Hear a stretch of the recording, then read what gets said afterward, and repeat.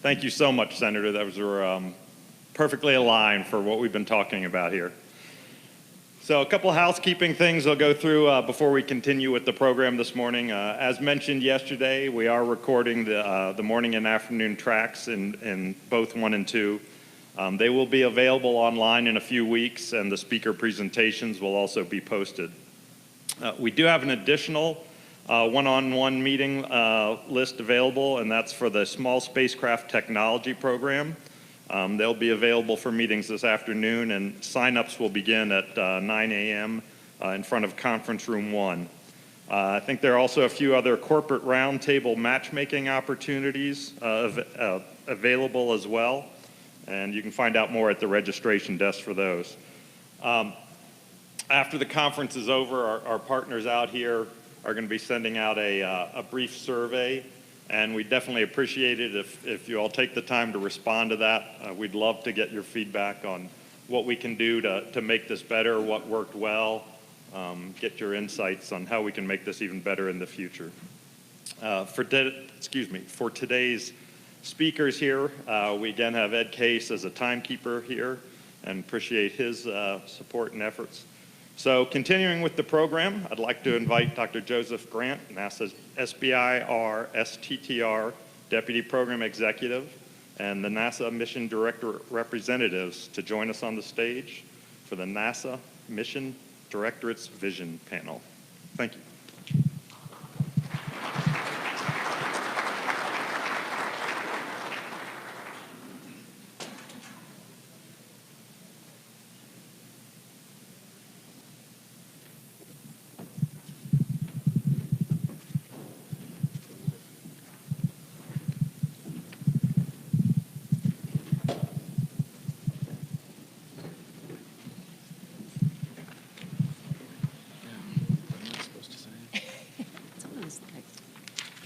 Good morning. Thank you guys for coming back. Hope you guys enjoyed last day and found it quite informative. I hope today will be as informative to you guys. We have a really good program set up for you today, and this panel being one of them. You heard yesterday about our vision for the NASA's missions. You heard that from Steve Jurczyk, and what a wonderful vision and speech he gave us yesterday. You heard from a lot of the program participants about what we're trying to do in SBIR and STTR and how it fits within the total NASA mission. And this is one of the parts of the NASA mission. I think you heard from Jen yesterday that NASA's SBIR and STTR program touches all parts of the NASA's mission. And no stranger to that are the NASA mission directors, those 4 missions that NASA has. We have within our SBIR and STTR program mission directorate representatives. These are these guys who, and young lady who sits here on the podium, that is going to share a little bit about the mission directorates and how they connect with the overall NASA vision and with the SBIR and STTR programs. We have, first off, we have the ARMD, that's the Aeronautics Mission Directorate, and from Aeronautics Mission Directorate, we have Cheryl Quinn.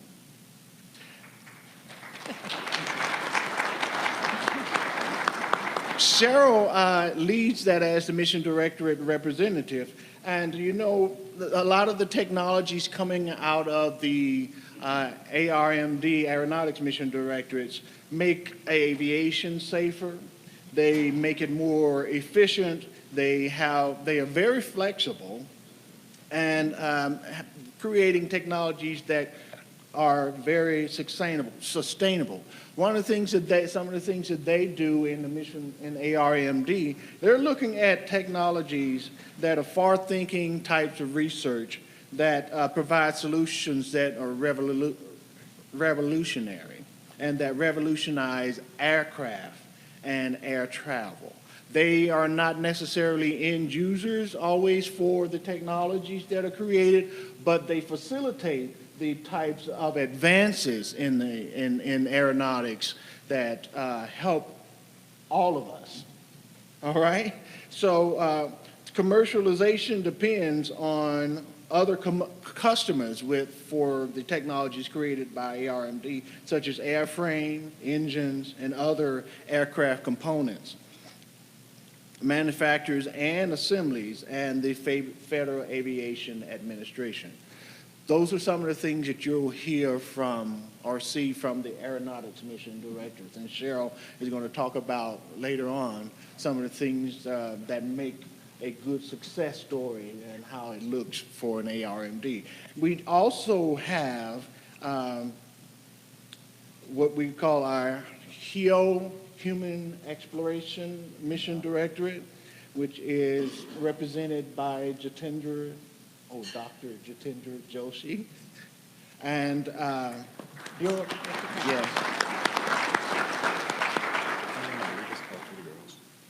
I think Jitendra is one of those who's kind of, he knows a little bit about a lot of things. And he kind of helps, he's been helping us in the program for quite a bit of time. So his knowledge kind of touches almost every one of those mission directorates, and he does have an idea and an opinion on each and every one of those technologies. But we always appreciate every idea that Jitendra has and shares with us concerning that. About looking at human exploration, Jitendra and the HEO Mission Directorate, they actually do use and infuse a lot of the technologies that come out of the SBIR program. And so when you look at some of the things that HEO is doing, the innovations allow us to get work farther and farther, live work farther and farther from Earth. They expand transport capabilities. They improve human health and performance. And also, one of the things that they rely on the SBIR development to develop sustainable supply chain that supports missions that last decades. They also look at commercial space companies as our potential customers to the human exploration missions. And so one of the things that they are increasingly focused on is deep space, and as you heard from Steve yesterday, Moon and Mars. And so let's look forward to hearing from Jitendra and the HEO Mission Directorate. Also, next we have from the SMD, Science Mission Directorate, we have Mike Seablum.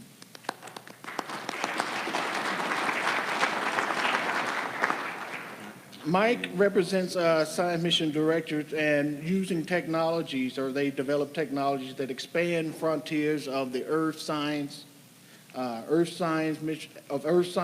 heliophysics, planetary science, and astrophysics. Some of the things that they look for are technologies with science traceability that can be incorporated into NASA's programs. And so they are also looking at using robotics observatories, explorer spacecrafts, and ground-based instruments to study the solar system. So we'll be listening to hear some of the things that makes for a good, successful proposal coming from SMD or coming to SMD. So last but not least, and where the SBIR program sits is in STMD. STMD, Space Technology Mission Directorate, is where a lot of those technologies come, and we also try to use some of those technologies or facilitate the use of those technologies. Representing STMD is Jason Dereliff.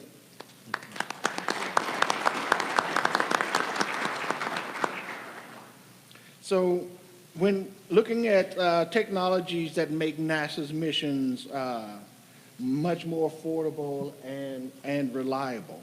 So STMD, we use a variety of transparent collaborative partnerships to infuse technologies that are high payoff technologies into NASA's missions and into the American industry. So there are a lot of different types of technologies you'll see coming out of the space mission, space technology mission directives. So before we get started, we'll kind of do a little bit of things, but we'll hear in order. And they're going to tell you, first of all, the first question that we're going to have is coming from the Aeronautics Mission Directorate.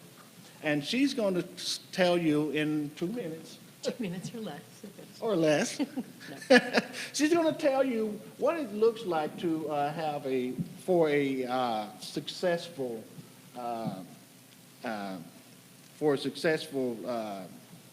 project in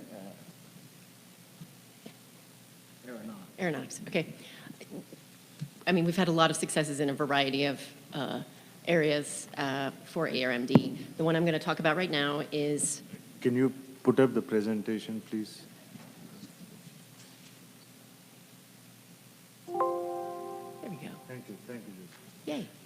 All right, so this is a company called Empirical Systems Aerospace was examining a hybrid electric aircraft concept under an SBIR phase 1. And their initial concept was using superconducting generators. They did some additional follow-on work utilizing non-superconducting technologies. And this concept evolved into what we call SCEPTR, which is Scalable Convergent Electric Propulsion Technology Operations Research. We love our acronyms, please. But it's a novel concept for a hybrid electric aircraft. And NASA has then awarded follow-on contract to actually build the aircraft. This is a modified GA airframe to test this concept. It's actually been classified, designated as a NASA X-plane. So going from a generator concept to integrate it into the airframe, and now NASA has adopted that as a X-57 Maxwell aircraft. It's currently undergoing testing at Armstrong, and I think that award ended up to be almost $20 million for the final aircraft integration. So you go from your 100K initial concept SBIR phase 1 to a follow-on phase 3. So this is just a remarkable thing. Again, I'll get into the aeronautics and how we're shifting away from sort of our traditional support of commercial airframes into more novel aircraft concepts. And so this is a vibrant example how a small company can really make an impact on the future of aviation. So I will tell you how the Human Exploration Mission Directorate actually uses SBIRs. First is risk reduction. Many a times our SBIR phase 1 investments actually tell us what risks are there, and sometimes more often than not, what path not to take. So go to slide 9 of Therese's presentation yesterday. Don't do that, but she gave 2 examples. One was actually a phase 1 SBIR that went into a flight mission, which was the air-squared scroll pump that we talked about on MOXIE. It reduced the risk, it reduced the mass, it made things more energy efficient, but it was a phase 1 SBIR that we got to flight. Her second example was brine processor assembly. Now that one was a phase 1, phase 2, phase 2E, phase 2X, whatever. We graduated to a phase 3. This is actually going to help us close the water loop. Major General Tyndall yesterday mentioned about 3D printing. Now, I talked of a phase 1, a phase 2 maturing to a phase 3, and a flight experiment, reducing a rough mass. We also do system-level stuff through SBIR companies. We have an acquisition mechanism called the next step, where companies put some resources in phase A, and then it graduates. Now, we were developing facility class hardware here. There were about 10 to 11 companies that applied. All 3 winners were SBIR companies. I'm not going to name all the people who did not get, it's procurement sensitive, but here is now a facility class hardware that SBIR companies are doing. We also offer off-ramps here. These may not go to phase 2. Somebody else who's made advances during this time who did not get awarded can come in.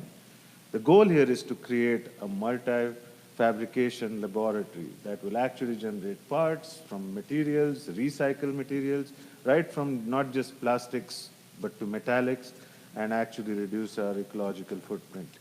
So here is how we use it, right from phase 1s to actually facility class hardware. And there are at least 7 facilities which are SBIR companies which came through and were matured through our programmatic dollars. So this is not just a choice. It actually, we make a deliberate decision in using these things. All right. Thank you, Oh, Jitendra. I didn't, yeah, I talked about You it. had that. Okay, for the Science Mission Directorate, I want to emphasize the important role that SBIR plays, the small business plays in both mission infusion and enabling technologies to enable our missions. So there's a great success story with our Curiosity rover, which is a very successful mission. There are a number of small businesses that contributed to the success of that mission. And I'll just go through some of them to give you an example of the types of investments that have been made. Grammatech developed a product called Code Sonar to perform software static analysis in support of the landing procedure. The tool helps to detect buffer overruns, race conditions, null pointers, and memory leaks. So this isn't hardware, this is software. This is, and increasingly, for the missions of the future, software, autonomy, artificial intelligence, machine learning, onboard processing. This will be very important for our missions.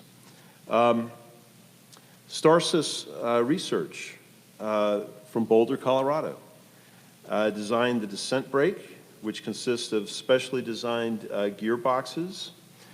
This was to control the descent of the vehicle coming down.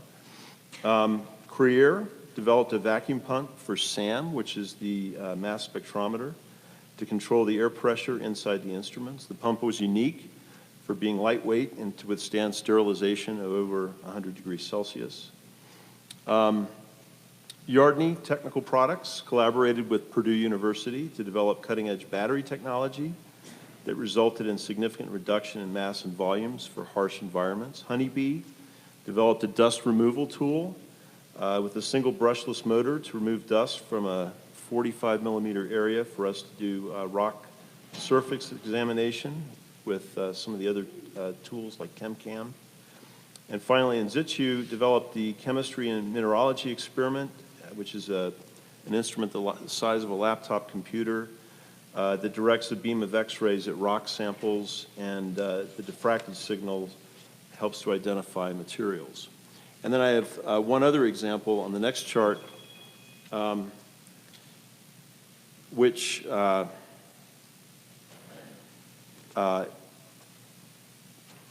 is an example of mission enhancement. JPL was developing a radar for a CubeSat, and they teamed with Nuvotronics. Nuvotronics has a technique to miniaturize RF components on a small platform, and that miniaturization enabled JPL to build the radar. So that's just a couple of examples, or a few examples. Next, Jason. So this company has already been mentioned briefly in the HEO charts by Jitendra. Tethers Unlimited from Bothell, Washington. They're a relatively small shop, of course, because it's an SBIR, so they have to be small. That's the first letter. But they have a number of innovative people doing really innovative things, and that's one of the things that STMD looks for. As Joseph mentioned, STMD looks for things that'll increase effectiveness, decrease cost, or bring things forward in time and enable new missions. And the Hydros that's shown here is a small green propellant CubeSat thruster that enables the CubeSats to move around a little bit better and more efficiently, gives them longer life and all of that.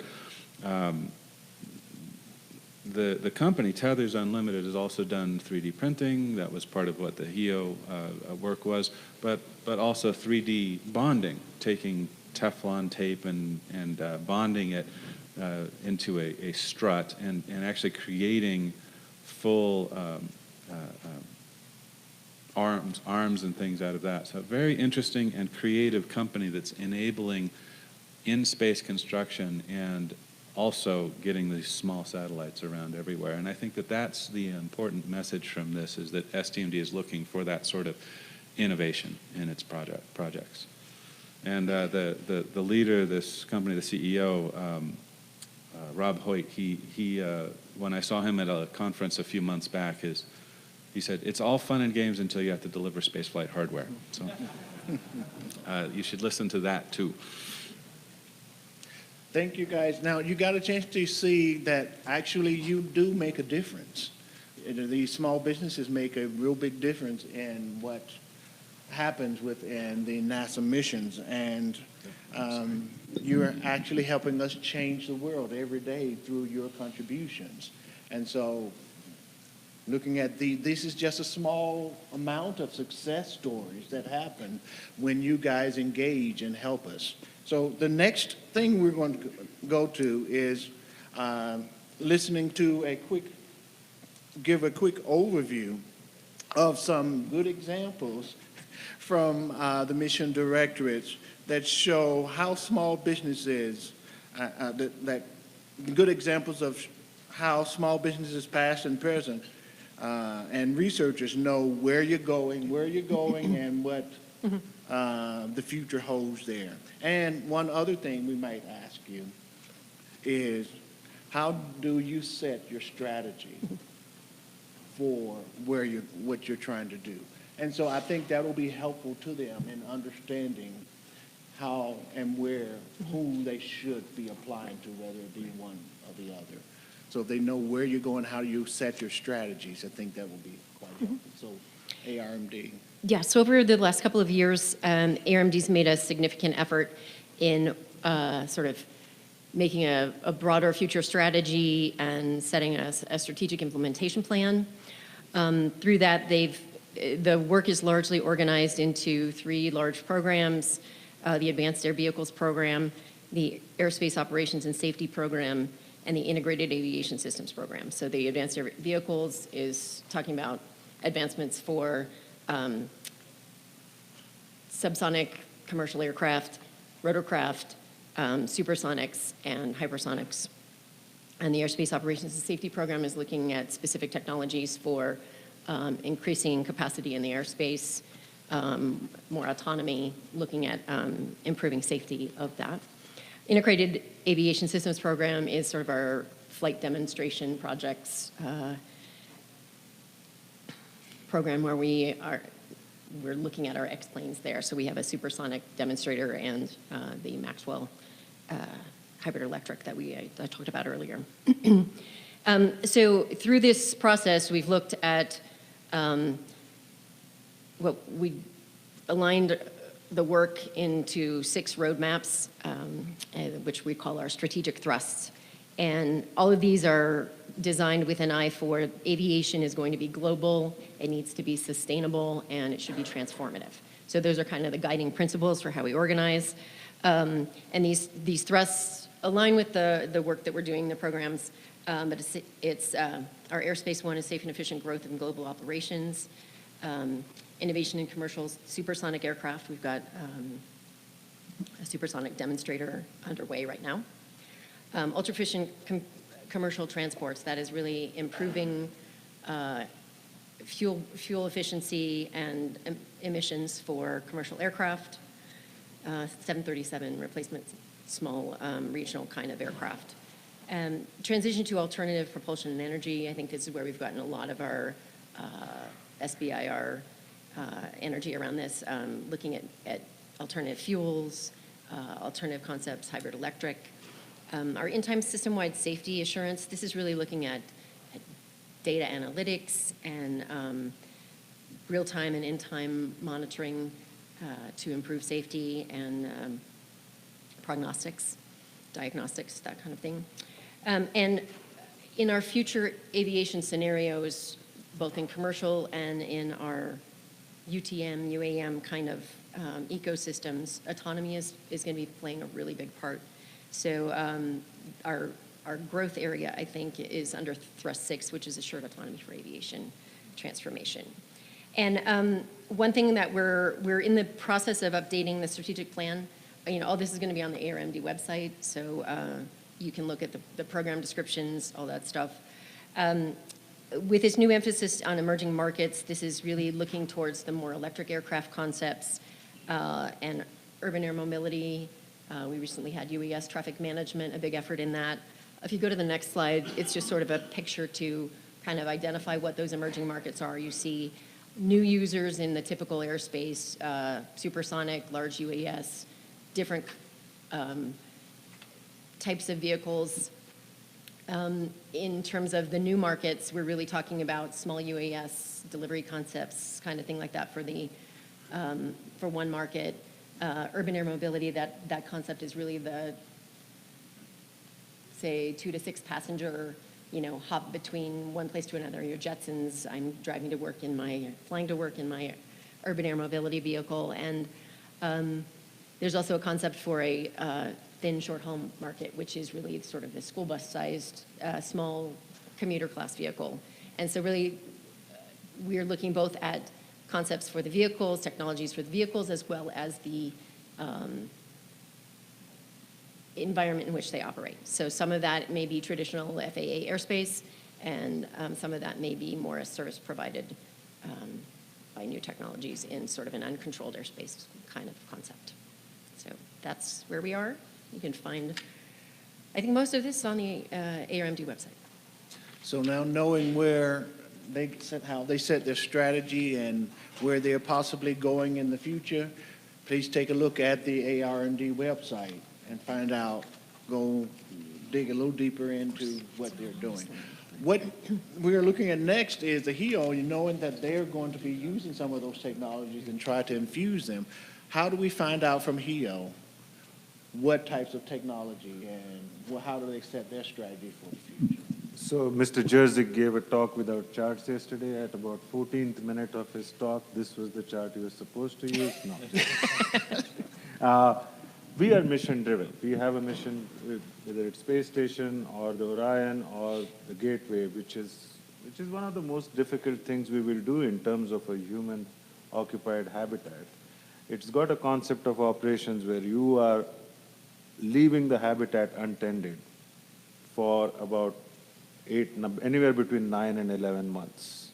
It does not have humans, then humans come in. Now that offers a great challenge. If I would say I look over about 9 or 10 flight experiments, out of which I can make an educated assertion that we have about 30 to 40% subsystems that were critical to that mission coming from small businesses. In this case, if you look at the bottom part of it, now these are the attributes of this gateway, right? I mean, we talked about the advantages of having a gateway and why it makes gear ratios so favorable for a sustainable architecture on the moon. But some of the things that we are going to do is sample acquisition, sample processing in the gateway, or sample storage. All those things, actually what we have done, Mike pointed out on Curiosity mission. Those are the places where we will have SBIR solicitations. We have small lunar payloads, which are also SBIR companies will be competing for that. So we are driven, bottom line, to Joseph's question here is, we are driven by missions. You reduce our risk by offering different options. You actually perform critical functions to address the gaps. There are lots of gaps in this, and we will have solicitations that So look out the focus areas that Jen said yesterday. You know, you might have the same heading of the topic, but the focus changes depending on how these missions have to be enabled. And Science Mission Director, as we look far out into the solar system, how do we know, how will we find out what your strategies are and what you guys are? So I have a little bit more material. We have 4 divisions, as Steve mentioned yesterday, and so there are 4 different, not completely different strategies, but there are different focuses. As Steve mentioned, we have 4 different divisions: heliophysics, earth science, planetary science, and astrophysics. And if you could change the chart. Each has its own unique functions. And what you see on the chart, you'll have access to this material, what each one of these different divisions is focused on. Now, how do we come up with the science requirements?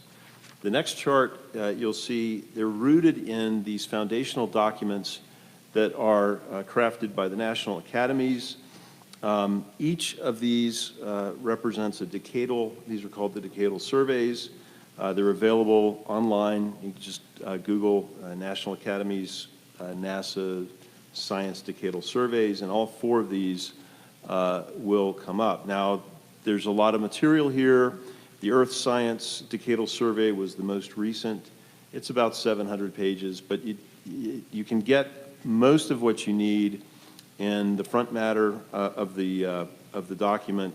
It provides the science goals. It provides an overview of the direction, and the science plans subsequently apply the strategy. And the science goals are ambitious. The science goals are typically beyond the capabilities of current technology. And that's where we have the technology gaps, and our technology programs are designed to fill the gaps of the decadal survey. The next chart shows kind of the overarching structure of how these everything kind of works together. At the very top, you'll see that the requirements flow down not only from the decadal surveys, which you'll see at the very top in the middle, but also from the agency strategies and the science community. So we get the input from multiple sources. It's not like we're sitting at headquarters crafting the requirements on our own. This is very much a community-driven activity. At the next level down, we have the NASA Advisory Council, which is also an external group which looks at our strategy for implementing the science plan for the 4 mission directorates, which you'll see there. And then each of the 4 divisions has its own science plan, and those are also available at science.nasa.gov on our website. And then from there, we have our technology programs to help fill the gaps between the science needs and the current capabilities. SMD works mostly in the instrument development area. We rely on our partners in the Space Technology Mission Directorate for the platform technologies. We craft we have portfolios of projects in each of those programs, and then we take the lessons learned from those programs and we feed them back into and the cycle begins again. Next chart. And then for the missions themselves, there are 2 types of missions. We have directed missions, which tend to be our large flagships, and we have competed missions. In both instances, small businesses have an opportunity to play a role. In the former, we have competed instruments, even though the missions themselves are directed. And then for the competed missions, we have a number of announcements of opportunity from the divisions, including the Discovery Program, New Frontiers, Explorers, Earth Venture, and others. And those are available also on our website. Next. These 2 documents are valuable for understanding our technology strategy. The first is called the STIP. This is actually an agency-wide technology document. It's a strategy that shows where we'll be investing in technology for the next few years. It's rooted in our technology roadmaps, which are also available online. And to get to this, just type NASA STIP, and it'll come up. And then within the Science Mission Directorate, we publish an annual highlights report every year, which focuses on our most significant accomplishments. I think both of these would be valuable in helping you understand where we value the investments. And then finally, okay, that was it. Thanks. So like science, we look at the technology roadmaps, and we also look at the STIP. But from those documents, we develop like Aero, the strategic thrusts. We're actually actively trying to emulate aeronautics planning for technology development. So, yep. You can see the 6 categories here. I won't go into them for time purposes. The strategic thrusts are up online, and we work through our principal technologists and the capability leadership teams, which are specific people and teams in NASA that develop, that help guide the technology development in each of the categories. And there was some question about whether or not we should try and get the national academies to build us a decadal survey. When we first started the mission directorate almost 10 years ago, we were working on it. But we all decided that none of us knew God's older sister, because that's the level of authority those people have, the national academies have at science. And so we decided to go with a different method. So thanks. All right, thank you for that. So you've heard a few of the things that drive those 4 mission directorates and those missions, and what those strategies are. Hopefully those things will help you when you start to look at our solicitation, and hopefully you will look way ahead of time before the solicitation comes out to understand what each mission directorate is focusing, those focuses of those mission directorates. And before that solicitation comes out, you will have probably contacted one of those mission directorates where you have interest. And so the next... Let me Go ahead. do one go back here. One of the other things you can do for, I think, all of SBIR, not even just NASA, not just STMD, which is my area, but look at previous solicitations and see which topic areas and subtopic areas have been continued and see how they're changing. Sometimes I think when you're proposing to SBIR, it's really important to understand where the agency is, where they're going, and then figure out either how to anticipate what the next step is so that you're almost proposing what the needs will be for the next year, or figure out how to do it so much better with a different way that you can cut off that kind of development and just show the agency that there's a better way, and you have it right here. So. I used to like to say trend lines. If you Yeah. would look at those trend lines, NASA is like no other. We do have trend lines. And if you follow the trends by, again, going back to the solicitation, you'll kind of see where we're going. It doesn't change because those missions are set out for years. And so if you follow those trends, you'll see what we're trying to do, and hopefully that will inform where we are. But as we continue on the next step, there are a lot of funding. There is a lot of funding through SBIR. As we said, this is the gateway to the rest of the mission directorate and understanding what they're doing. But there are also other opportunities that are available through those mission directorates outside of the SBIR program. We want you to come through this as the door, but there are always other opportunities. And what we're going to talk about now are the other opportunities for funding once you've come through the SBIR door. So we can't let that go. Right. With ARMD, we use a lot of varieties of partnering, primarily other government agencies, academia, industry, and this ranges from large prime contractors all the way down to individuals, small businesses. I think all of our external research is competition-based, so that'll be large task order contracts, sometimes very small task order contracts. Oftentimes we have NASA research announcements, and those are put out by the various projects for specific research efforts aligned with that project. And then, of course, we have the SBIR and STTR. SBIR and STTR are integral to our overall competitive strategy. And basically, we're looking for innovative new ideas, and there are way more of you out there than there are us. So there's vast capability out there, and we also want to make sure that there's a thriving industry that can help us get to the next stages, particularly in these new emerging markets. There seem to be a large number of opportunities. In terms of paths to commercialization, if there are funding opportunities from other areas, sometimes there's opportunities within NASA, within ARMD, since we're the Aeronautics Research Mission Directorate, a lot of our products are actually research.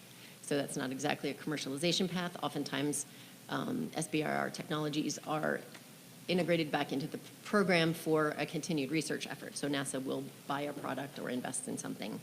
But oftentimes, it goes directly to another government agency, whether that's the FAA, DOD. We've had a recent success story with DHS. But a lot of times, these go directly to industry, to aviation manufacturers, to airlines, and other service providers. And the unique opportunity that we see in the UTM, UAS traffic management, urban air mobility kind of markets is that you may go direct to market. You may be the service provider in this instance, because the ecosystem that is being set up there is that there's sort of structure when necessary, but it's a service-based ecology, essentially. So you can be the service provider for communications. You can be the service provider for sense and avoid technologies. So it's a unique opportunity, I think, for direct commercialization. So we're really looking forward to how that area of research is going to be progressing over the years. Okay.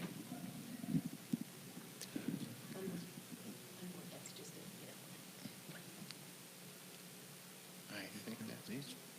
That was.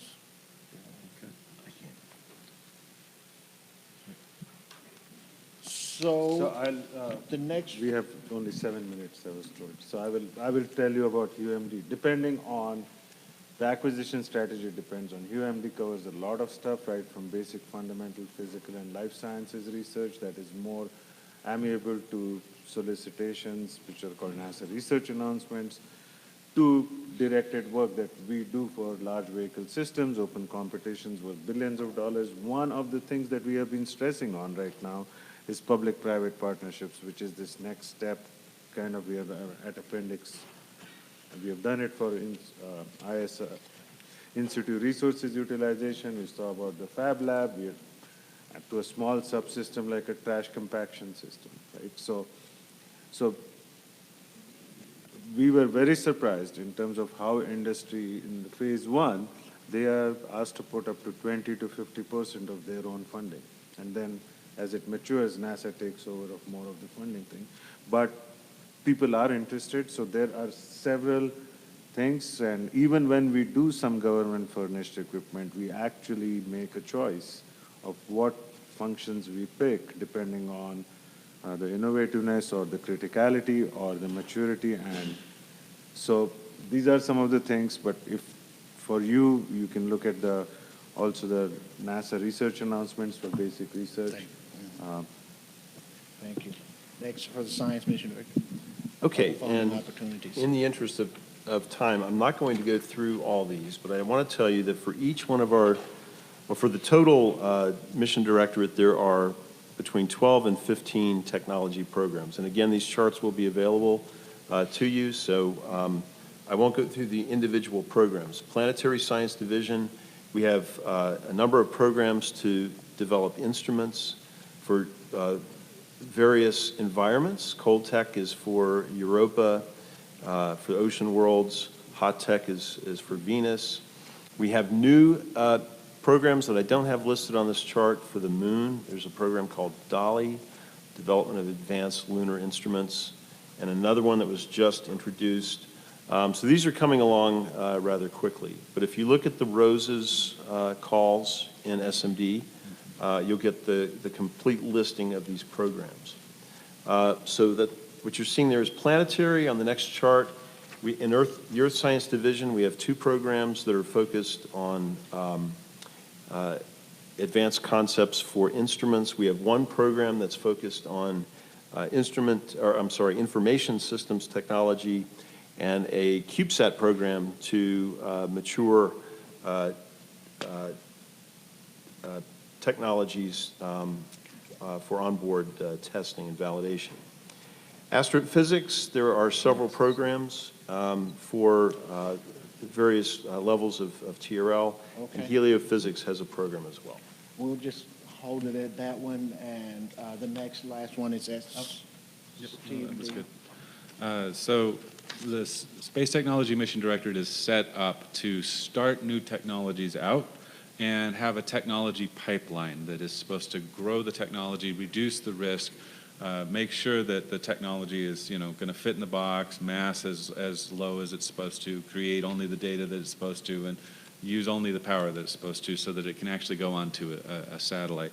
I've listed most of the other opportunities that are available for the mid to low TRL technology readiness level technologies on this page, and you'll get the slides later. You can follow the links and find out more about the programs. So. Thank you, guys. Now you've heard how they set the strategy. You've heard of some success stories and how you can become a success in the program and other funding opportunities within the mission directors. Now, after you've heard what the strategies are, what success looks like, and how do you find that information, you may have some questions, and we'll take about 3-4 minutes for you guys to ask questions of the mission director representatives. So if you any questions you may have. Jen. How do you know which mission director is monitoring which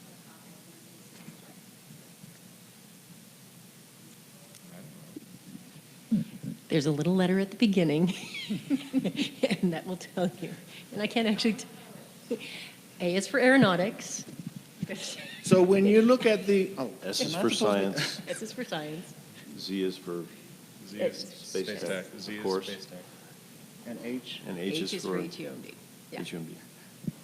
So H is for HEO, Z is for Space Tech, A is for for aeronautics. Jen did it. And S is for S. Okay, next. Your show today has been brought to you by the letter M. Next question. Hi, this is Mary Palmer from Raven Aerostar. I just have a question about the ACO and how that ties into these other programs. Are they mutually exclusive, or can you double dip on these kinds of opportunities? Announcement of opportunity. So I'm new to SBIR. My normal job is to run the NIAC program, and I'm not that familiar with the announcement for collaborative opportunities. I believe that it is generally a bad idea to do exact double dipping, but complementary research is always welcome. And so if you can take something that you've learned in SBIR and move it further with ACO, I think that would be okay. It is a separate program, and so it has separate decision makers doing the decisions there. Does that answer your question? Okay, good. Okay. Next question. There is an opportunity if you've gotten an SBR, they sometimes go through a tipping point or whatever. They'll use one of those technologies to further advance what you've done in your phase 2 or so forth. Next question. Yes.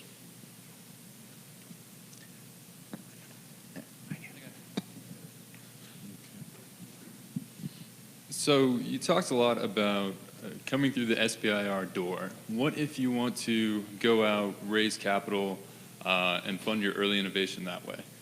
Can you still get into those tipping point programs or game-changing programs? Yes, but it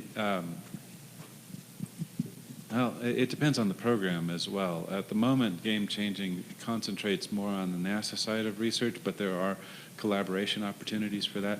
ACO, the collaborative opportunities are a great way of doing what you're talking about, because what ACO is all about is sharing NASA resources. So whether it's a thermal vac chamber that you'd like to use, along with some personnel to test the technology that you've developed with your venture capitalist funding, some other use of NASA people to help you make the next level of design for maybe a flight test, something like that, that's a great program for doing exactly that.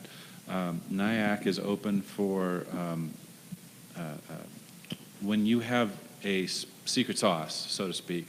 NIAC isn't for developing the secret sauce so much, but rather showing NASA why we would want to do it. So show us what a mission analysis would look like using your technology, for instance, to just making something up, to go to Mars with humans. How would your technology change the current plans, and show us why funding in your technology would be worthwhile. Other programs have their own solicitations and their own rules and all of that, and many of them are open to people that are bringing their own funding or for parallel funding. So you can do one thing with the VCs and then maybe a test, like I said before, with money from NASA. So, does that answer your question? So before we wrap up, you, And let me just make one quick comment on some of these questions. We do have the upcoming NASA Fusion session that's going to talk about the ACOs, game changing, and those other programs. So you can stay tuned for a little while longer. You'll hear a lot more about those other opportunities in depth. Yeah, and this is Jen. The question on whether or not to go with VC and then join in later NASA programs or go with SBIR is completely a business decision. Yep. So, and you could do a combination of both, right? There's a number of different reasons why different companies would want to take different business strategies. SBIR doesn't take your equity. Right. SBIR is going to take longer to get through the phase 1 and phase 2 process.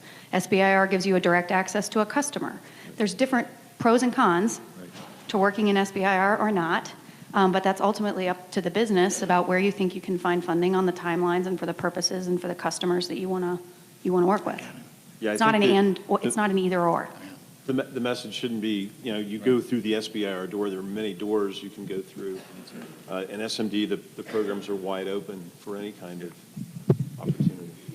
so for our last question, I think it's over on this side. Yeah, I'll be the NASA plant in the audience to ask a leading question. All of you have talked about these different research opportunities and other ways to develop. Is there a consolidated portal where people can find out more about all the different research opportunities you have open? No. Wouldn't that be great? Unfortunately, no, there isn't. But if you go to STMD, you can see a lot of the things as well. Actually, most of our research opportunities or solicitations, they come through the federal acquisition. Yes. So you Fed subscribe to BizOps. that, you get.